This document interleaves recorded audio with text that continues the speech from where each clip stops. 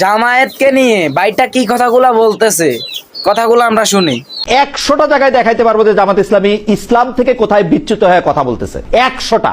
নারী নেতৃত্ব হারাম বলে সেই ক্যাবিনেটে গিয়ে বসছে, ভারতে এত গালাগালি করে জামাতের নেতা সর্বোচ্চ নেতা থাকা অবস্থায় তার ছেলে ইন্ডিয়াতে গিয়ে পড়াশোনা করছে, মানে এই জায়গায় এই বক্তৃতা দিচ্ছে, এই জায়গায় আরেকটা করতেছে, যেই জায়গায় যখন যেটা দরকার হচ্ছে তখন সেটা করছে। আওয়ামী লীগের সাথে এক ধরনের প্যাক্ট করছে বিএনপিকে হটানোর জন্য, বিএনপির সাথে প্যাক্ট করছে, তারপরে আবার বিএনপি থেকে আলাদা হয়েছে।